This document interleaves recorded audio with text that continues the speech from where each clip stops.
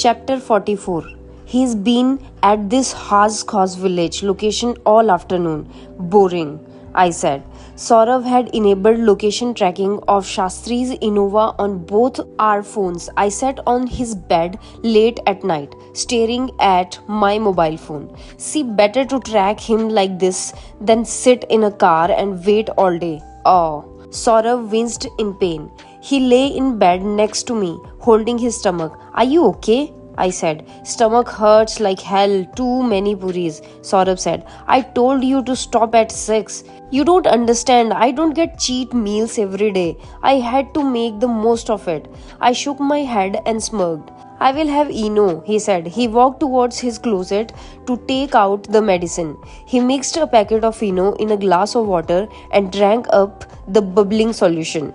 Golu, he moved. What? Saurav said. The car moved, I said. I showed him my phone. Where is he going in midnight? Saurav said. Let's see, I said. The special purpose GPS app displayed a red dot indicating the location of Shastri's Innova. It moved out of Haz Khas towards Aurobindo Marg. Saurav lay in bed next to me, one eye on the phone. He's getting on to the Delhi Meerut Express, Saurav said. He should have been behind him. How will we know what he's up to? Let's wait and watch first. If we followed him at midnight on empty road, you think he won't notice our car behind him? What's up? Alia's WhatsApp notification flashed on my screen. Fortunately, she hadn't sent anything more affectionate with Saurav's awk eyes on my phone. She sent another message. Sorry I couldn't attend to you today. Too many guests. Alia Arora send you messages at midnight, Saurav said. I shrugged. Bhai, want to say something? She's divorcing Manish. What? How do you know that? She told me. They are negotiating custody and assets. I was so overwhelmed today. Alia sent another message. She shares all this personal stuff with you, Saurav said. What's the big deal? I said. I angled my phone away from Saurav and sent a reply. Can understand with Saurav now. Catch you later. Good night.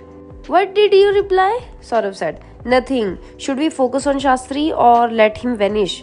He won't. The red dot is always going to be visible, Saurav said, taking out his own phone.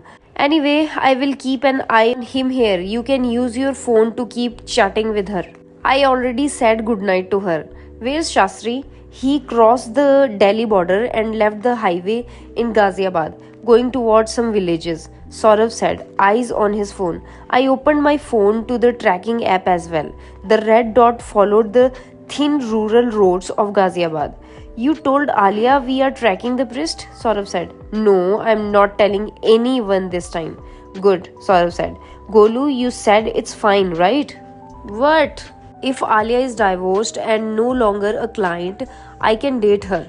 Saurav sprang up to sit on the bed. Are you serious? Saurav said. Don't freak out, it's a possibility.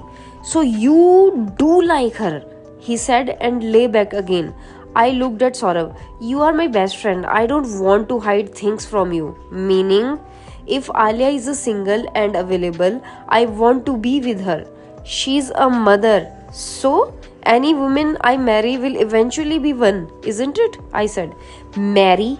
You must like her a lot. I meant a journal. Anyway, I will need your support with the parental tsunami I will have to deal with, even if I date her. Saurav looked at me and smiled. I am always with you, bhai. Thanks. Oh, the red dot stopped, I said. Saurav and I looked at our phones. Saurav switched on the satellite view in his map. He's parked off the main road inside some field, all green around him. It's an area called Morta, I said. The red dot remained there for over 90 minutes at 1:30 am. It finally moved again. The car retraced its path. 40 minutes later, it came back to the same spot in Haz Khas village. We should go check this place. Why did the Innova go there so late? I said. Yes, I will save the GPS coordinates, Saurav said and yawned. Good. Anyways, let's sleep now, I said. Bhai, I will ask you something. Yes. Do you love her? Saurav said. Good night, Saurav. Just sugarcane fields. That's all people grow here, Bansi said to me. Shastri's Innova had done the midnight trip from Hoskas to the same spot in Morta for 3 consecutive nights. I had come to visit the spot in the afternoon, located between Ghaziabad and Modinagar. Morta is a collection of several small villages. The spot's GPS coordinates, accurate within a 20 meters radius, brought me to the middle of a sugarcane field. I found Bansi, a local farmer, riding a bicycle in the field. What are those sheds? I said, pointing to a building that resembled a warehouse. They make jaggery there. Most of the sugarcane is sold to a government agency. Some is used to make jaggery. Bansi said, why?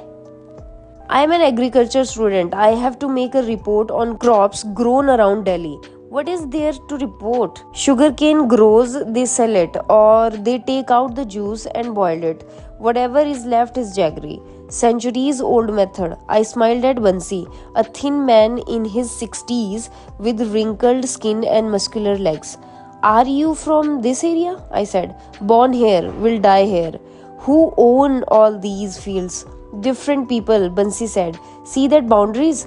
Beyond that is my field. The ones to the left belong to Raghu Singh. The one we are standing on belongs to the Shastri family. That jaggery unit also belong to the Shastris? Yes, although they don't come here much, they hire labor in season, that's it. I walked towards the jaggery shed. I saw a dirt track with tire marks. The Innova could have followed this path at night. Their fields are neglected. I have been asking them to sell me the land, but they won't, Bansi said. I nodded.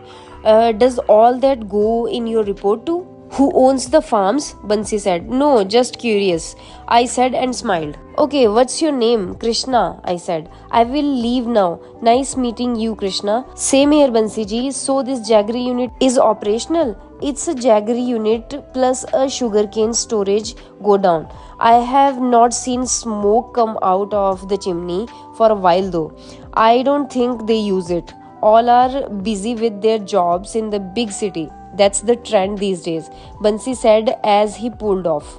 I walked out of Shastri's farm to the main road where my hired car waited for me. I sat in the car and we headed back to Delhi. I dialed a number. Viren sir, I need your help with something. But Chautala sir can't know about it, I said.